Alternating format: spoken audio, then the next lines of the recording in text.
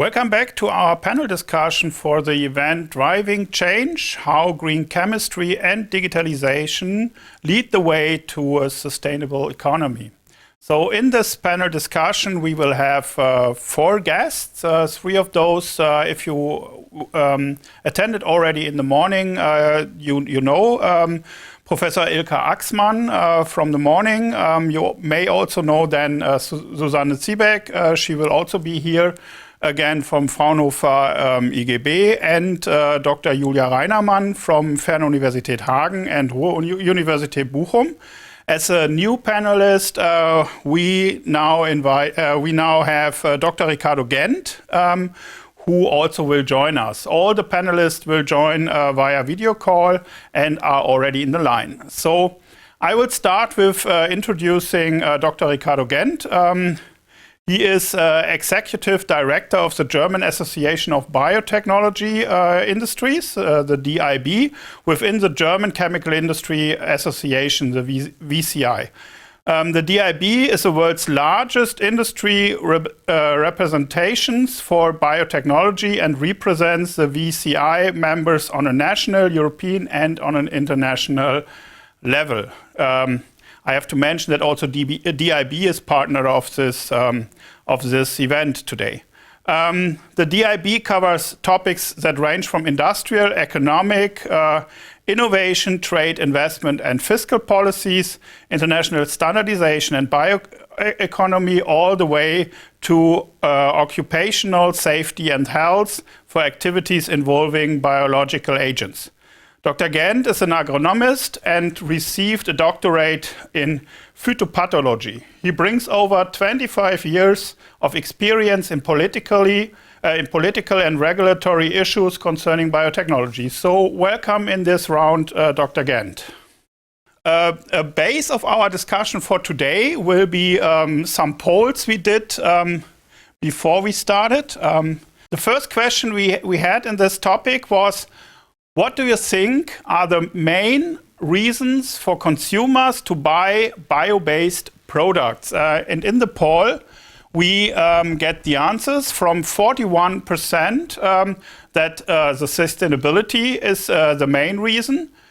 25% say that the product quality and new product features are in the main focus of this topic. Marketing and brand is for 20%, and 14% is on price. I would like to ask, for the beginning, Dr. Gent, what do you think about these numbers? Is this the same feeling you have from your experience, or did it differ somehow? The answers reflect my experiences, especially regarding the combination of sustainability and new features of bio-based products. But the response on price is a surprise. In fact, bio-based products must compete with established and conventional products, and bio-based products often do not win. So improving competitiveness over the next years will be very important, and this will surely take some time. Then I will move over to Susanne Zibek. Yes, so the first number you said is the highest, is the sustainability. So I believe also on that most people would like to buy more sustainable products. So, and then the last one you said is the price. So here I would like to mention that I believe that we will have first a higher price. So everything what is bio-based is, I would say nowadays a little bit more expensive than that what is usual on the market. Okay. Would you agree, Professor Axmann? Yeah, I think it rather depends.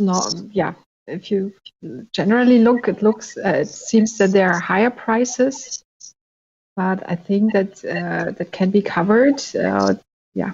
Depending on regulations. So if there would be a CO2 tax, for example, maybe these things could be a little bit changed, and sustainable products would also change in price and could be also lowered or adjusted in price.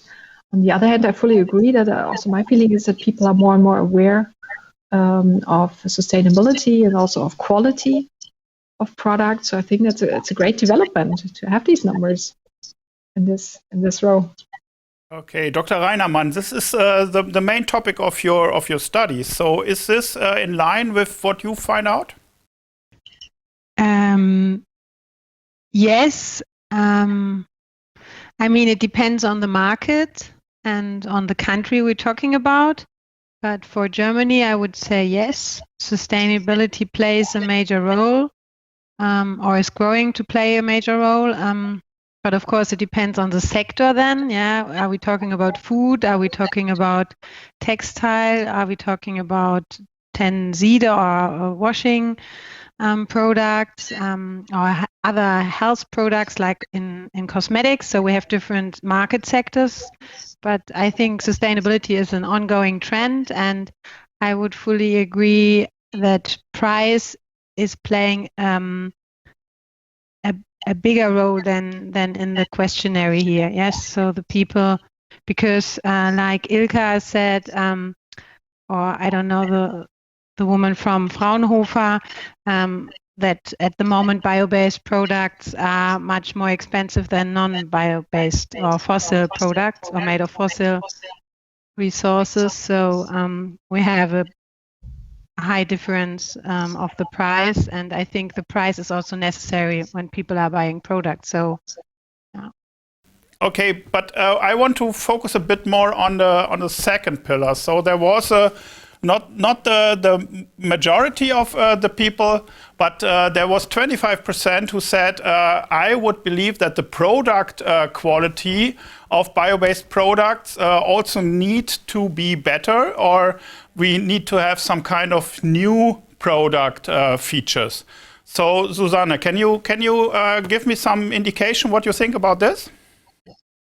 Yeah, I think a new feature could be the biodegradability.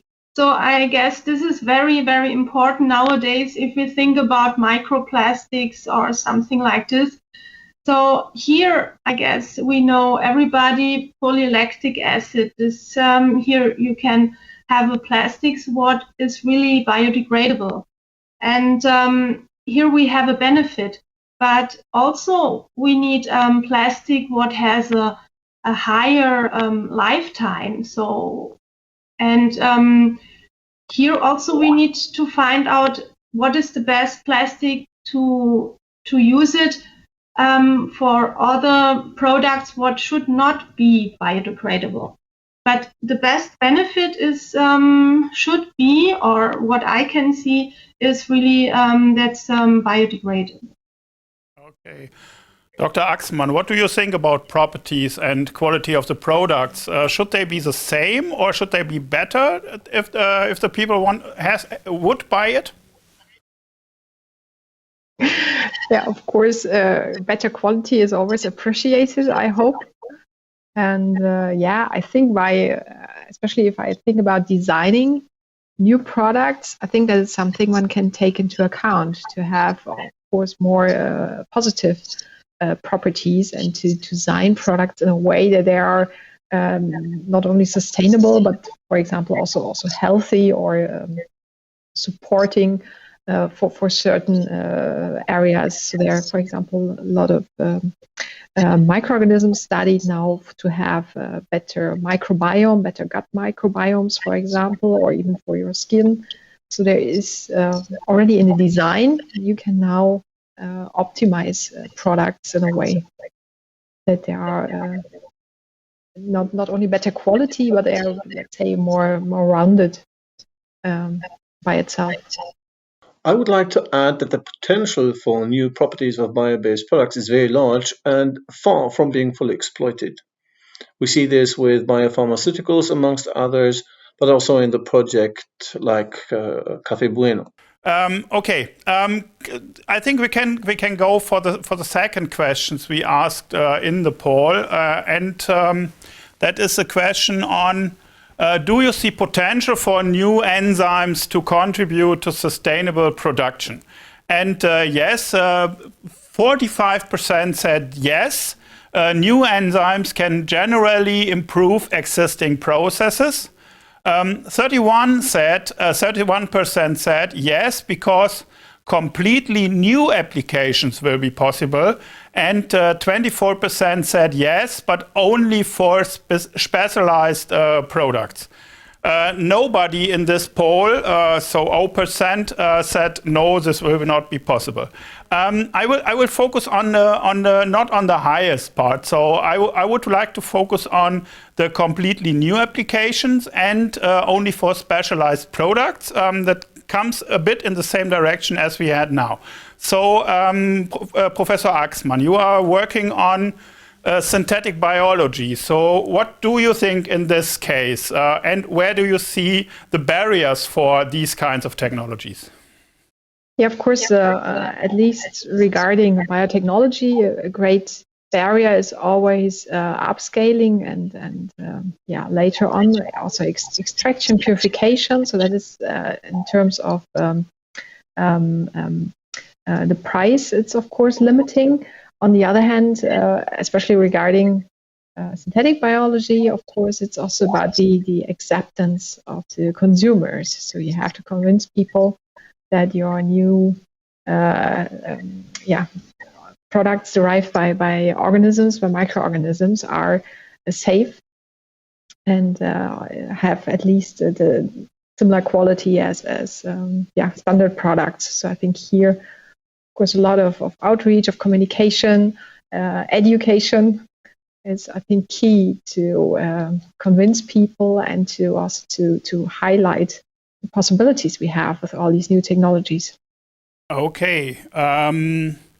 As is given, about a fourth says only for very specialized products. So, Susanne, you are working on a very specific topic of biosurfactants. Would you agree with this? We are not using just one enzymes. We're using a lot of enzymes, but in a microorganism. So I believe that enzymes are really helpful for specialized products. And there are existing so many enzymes and microorganisms all over the world. And we can find every day new conversion possibilities. And also we can find in future also some specialized molecules, special molecules, what we can produce with these enzymes. And it's a very, very big potential for our future. Okay, Professor Axmann, where do you see the limits in synthetic biology in this case? Yeah, so actually we have a very common problem, I think, in a way that especially our systems, our microorganisms are not that well evolved. So we, of course, try to improve one property, one trait, and on the other hand, we lose others. So that's something that we are now facing. But I think that is something which will be hopefully overcome in the very next future. But it is something where technology is not yet there where biology is. So biology had years, millions of years of evolution and adaptation and finding the right niche in the ecosystem. And that is something we will now have to recover or to redesign and reinvent using technology. And here, I think we have to learn a little bit more to be at least as good as evolution or even better in the future. As far as enzymes are concerned, I think we still have a bottleneck here. With further research into biodiversity, we'll surely come across many more enzymes. Here, of course, omics technologies will help enormously. Okay, Dr. Reinermann, I hope you had the opportunity to also listen to the last talks and especially to the talk of Susanne Zibek and on the coffee line.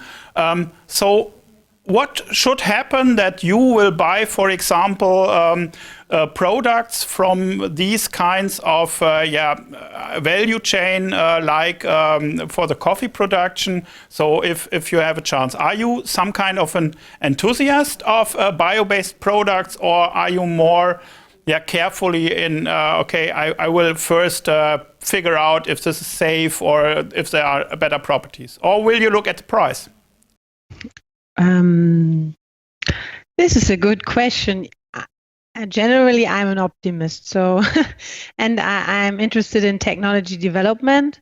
So generally, I would say I'm an open person for innovations. But of course, it depends where the innovation goes through my body or go in my brain, or I just put it on my body. So it depends on the product, I would say. Where I have more trust or where I need more information. Actually, after my presentation, I would say I like to get involved. I like to get more information, a kind of transparency.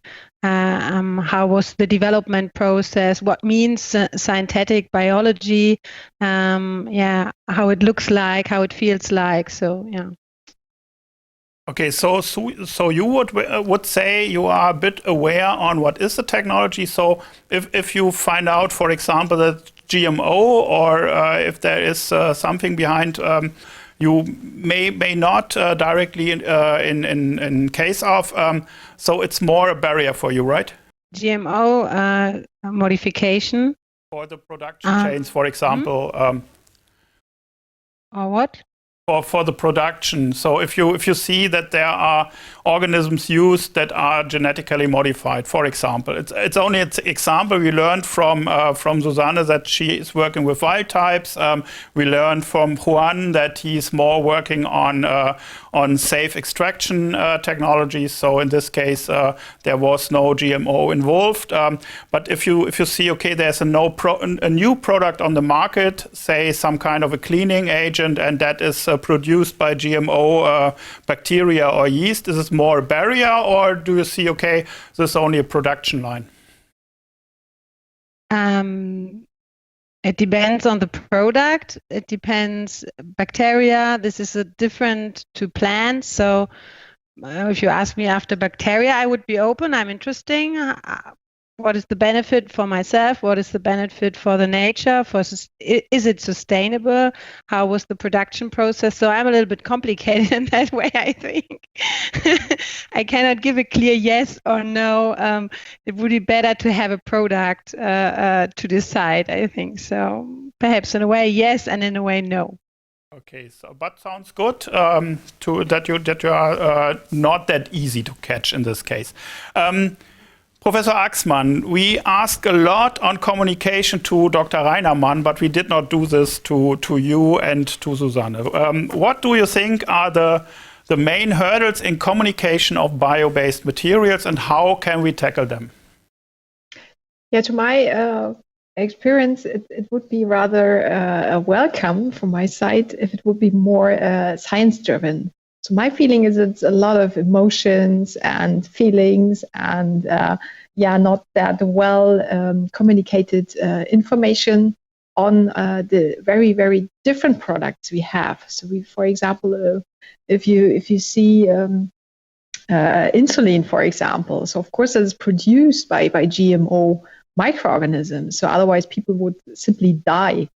And here it's perfectly okay to talk about GMO and to tell people and to educate people in a way that it's a very, very useful technology, and otherwise we would have a big problem.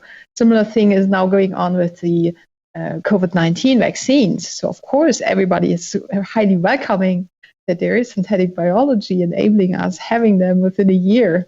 Otherwise we would now sit 10 years in lockdown waiting for vaccines. So it's something people should know. So we have these new technologies and we are using them. We are heavily using them. The only thing is often that if it comes to food, if it comes to eating them, so here there are some distances, although where I would think it's rather safe to eat them than to get it injected into your body. So there's a big difference. And I think that might go back to better science communication, of course, but also education is lacking behind. So I don't think that all these new developments, all these new technologies we have are well educated already, although they are 10, 20 years old now. So here I think we have to catch up with communication, education to close this gap.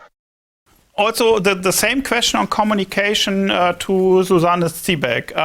You are working in a lot of projects, partly national, partly international, European projects, and there's every time some kind of a communication dissemination. What do you think are the best options to communicate to the public in case of using biotech? So we're communicating often within the meetings and also on scientific congresses. And I would suggest that we also communicate more to with other social media. So maybe with Instagram or something like this.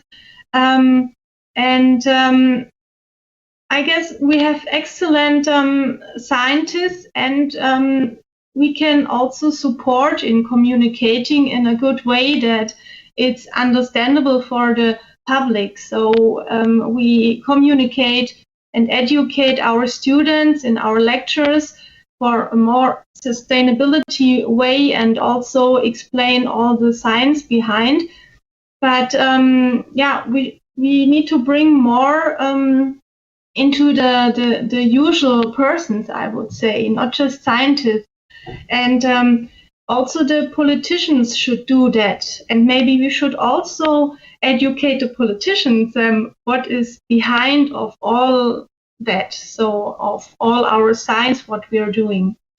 I would like to add that the bioeconomy and its link between ecology and economy can contribute significantly to the role of biotechnology and its benefits, especially when the benefits of bio-based products become clearly recognizable and tangible for the consumer. Thank you very much.